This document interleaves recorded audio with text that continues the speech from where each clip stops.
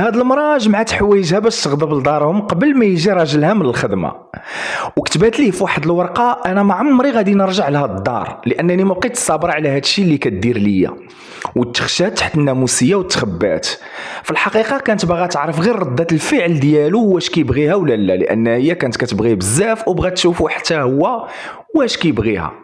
فاش جا من الخدمه ما لقاهاش في الدار، مشى هو يلقى ديك الورقه ويقراها، لكن تصدمات انه فاش قرا الورقه بدا تيبدل حوايجو وكيضحك وفرحان كانه كان كيتسناها غير تمشي في حالها.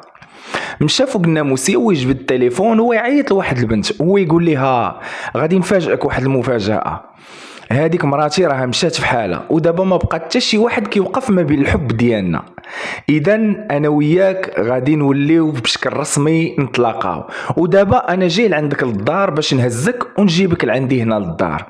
هي فاش سمعات هاد الهضره تصدمات بزاف، لان ما كانش كتوقع راجلها يكون كيخونها، اي يكون عصبها او لا مشاكه في انه كيبغيها ولكن كيخونها، هذه حقيقه جديده.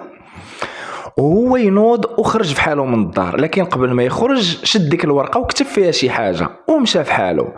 هي كتبكي وتصدمات وطلع ليها الدم، خرجت من الناموسيه وبدات كتجمع في حوايجها ديال بصح باش تمشي في حالها لدارهم. لكن فاش يلا غتهز الصاك وتمشي، مشات وهي تقرا ديك الورقه وهي تلقاه كاتب ليها: رجليك راه كيبانوا من تحت الناموسيه الحمقى، انا غادي نمشي نجيب واحد جوج بيتزات باش نتعشاو ونرجع.